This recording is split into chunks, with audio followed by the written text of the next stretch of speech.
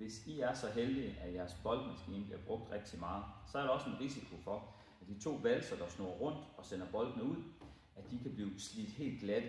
Og hvis de bliver glatte, så vil boldene i stedet for at blive ført igennem valserne, så de bliver hængende om bagved. De vil simpelthen glide af på valserne.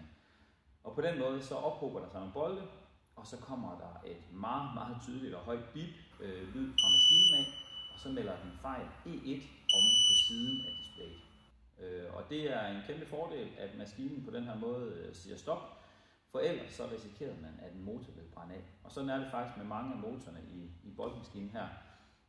Når den melder fejl, så stopper den simpelthen op, i stedet for at motorerne bare fortsætter med at køre, og på den måde har en risiko for at brænde af.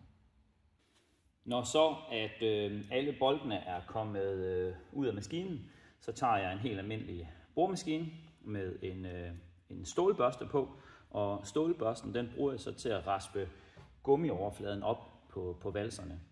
Og det gør så, at der kommer mere struktur i, og derved så kan den tage fat i bolden og sende dem ud.